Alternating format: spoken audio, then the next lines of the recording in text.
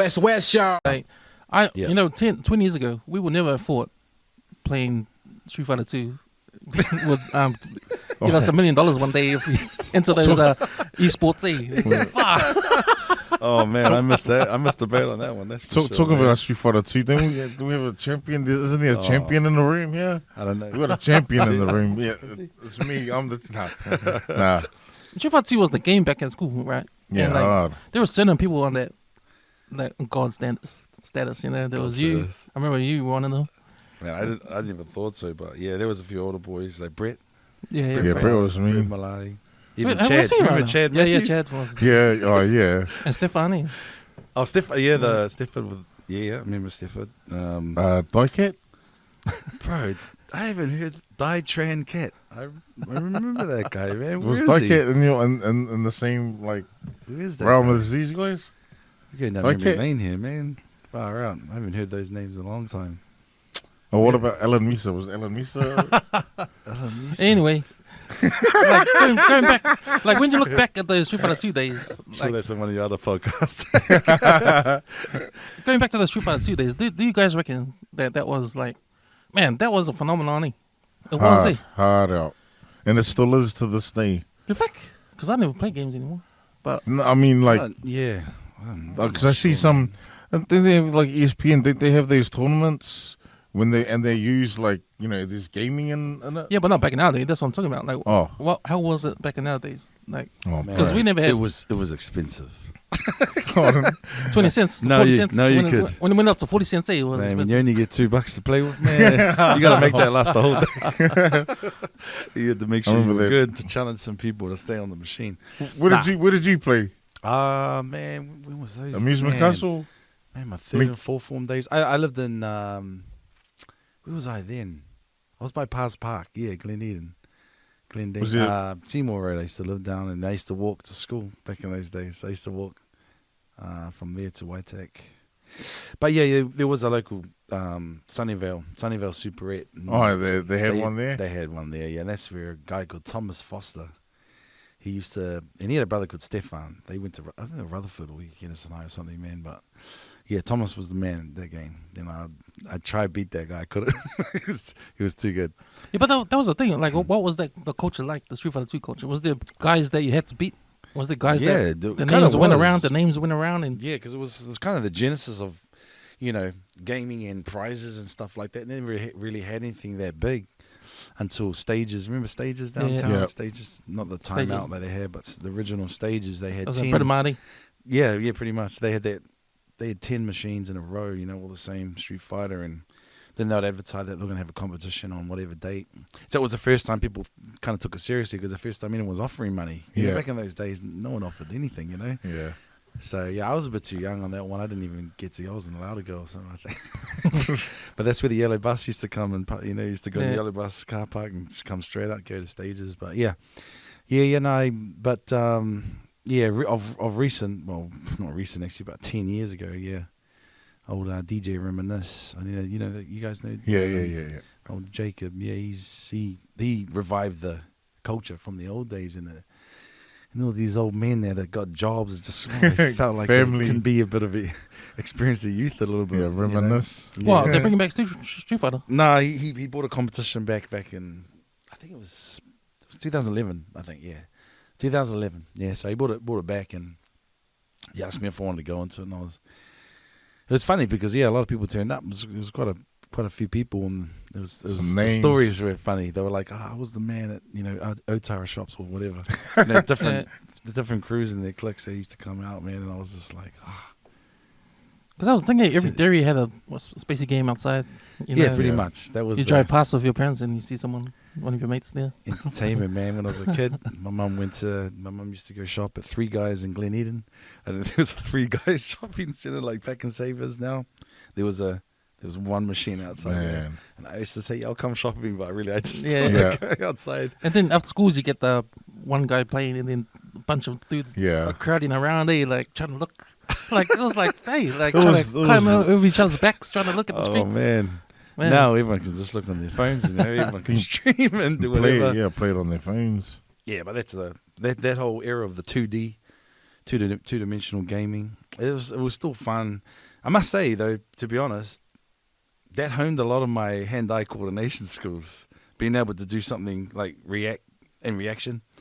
Yeah, it has been beneficial. Man, yeah. Same here. Not just in playing games and other things in life. You know what I mean? I'm the same here. They honed my hand and eye coordination skills too. At the time I went into the Super Thrill and all that. Oh my god, man! Yeah, that's man. That's who's the player that you? We'll go around. Who was the player you used, Dave? Honda, eh? Nah, Zangief. Oh, Zangief. Now, see, that's a show off character. Because if you're the man of Zangief, beating everyone, Ken and Ryu and all them, Guile. You're just showing off, man. You can beat him with like a guy like Zangief. You might as well beat him with Honda, man. Like, yeah. But I know that was your second guy. But who's your first guy? No, actually, in the like when I played the tournament, that's who I used. Yeah, Zangief. Man, Zangief. Yeah. What are you, Kims? Shocked a few people. Man, first I learned with Guile because the song Boom was easy to do. Yeah. Because I always found out how to do the circle, the half circle, fireball, fireball, and we called it the Dragon Punch. Dragon Punch, yeah. Who made up that Dragon Punch thing? No, that's from Street Fighter 1, eh? Yeah. Because that's what he said, eh? Dragon Punch, Dragon Punch. I'm sure it was something in Japanese. That's what it sounded like, anyway. Yeah, I started off with Guile, and then, but I really like Ryu. I like that white. The gi. The white gi's gone. Yeah, man, I like that. This guy's turn up to the shops with his, with his head gi on, coming to play his character. No, so the player that I always used was Ken. I used to love Ken, and my favorite, I think I won a tournament down at Pucks Road. Down in Run. Nah. My favorite combo I used to always do was the kick throw. Okay, that's our fight style. That was my favorite combo, man. We used to call those chiefs. The combo. Never do that to an older dude. Give you a hiding outside the shops and take all your money. Oh no. Was a kick to the head, sweep, and then you can. That was the combo. The first combo. I think it was the simple combo. Last punch dragon. Yeah, that was the. Okay. Anyway. What about that double one? That was cool. I like the double dragon. Yeah. You want me to show you? I'll show you next time we're down there. Pucks Road. Bring my. You got the. That's right. Yeah, Nah. That's all gone now, bro. Yeah. What was the game after that? Man, there was a game that was after that. I had no idea how to play. Street Fighter Hyper? Nah, that not Mortal Kombat. Tekken. There was another game. I forgot what it was called. And fighting game 2D. Yeah, I forgot what it was called, man. Anyway, Mortal Kombat. So, would you pick Street Fighter or Mortal Kombat? Like, all time. Like if you had to pick one to play, or Street Fighter. Yeah, Street Fighter. Mortal Kombat was cool. It just was more of the competitive side of it. When you're playing against someone else, the gameplay wasn't as good as Street Fighter. Yeah. Oh, yeah. Well, if you remember, Mortal Kombat 1 came out, and then by the time Mortal Kombat 2 came out, I think Sony PlayStation was out, and you could play it on your console at home. So, that's right. Yeah. So pretty much, I feel like the consoles sort of killed the whole spacey culture there. It did. It ruined it. It ruined it. Like, that's cool. And I see even my son and the kids, they talk over, but they really, they've slowly taken away that person-to-person contact, Now everything's online and that. But you guys know it's different when you're in front of someone, their whole touch, handshake. It's a different vibe, man. Instead of when they're like, hey, man, just put your microphone. Buddy, are you ready to play?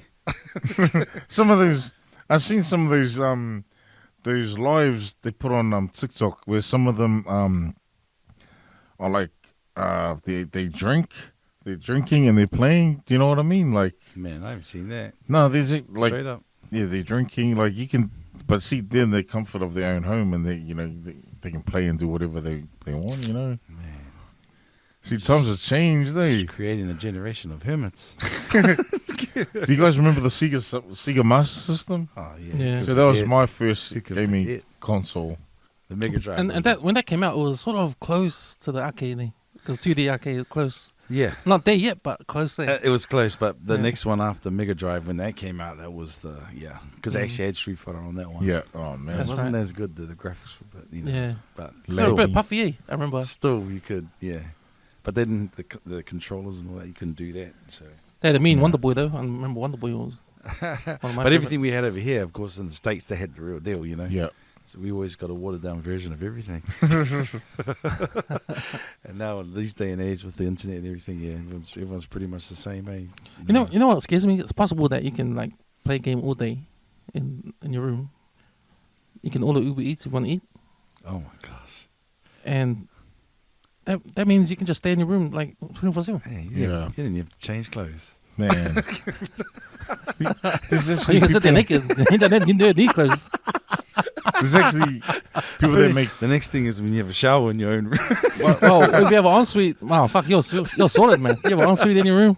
Oh my gosh. Wow, you don't need Man. to do nothing, man. If you're getting paid for what you're Ain't doing, no one like that getting married. oh man, you probably would get married on the phone, like on the guy, like Be like you'll be on On a Zoom wedding. you'll be on Facebook Metaverse. You'll be going on Metaverse, getting married. You know, fuck. Put on the virtual reality, the VR, The Oculus. bro. Oh, my man, gosh. that is scary, man. Man. Look, if that's the way humans are going, fuck, man, I don't want to be part of that, man. Yeah, kill me now. Yeah, I don't want to be part of this world.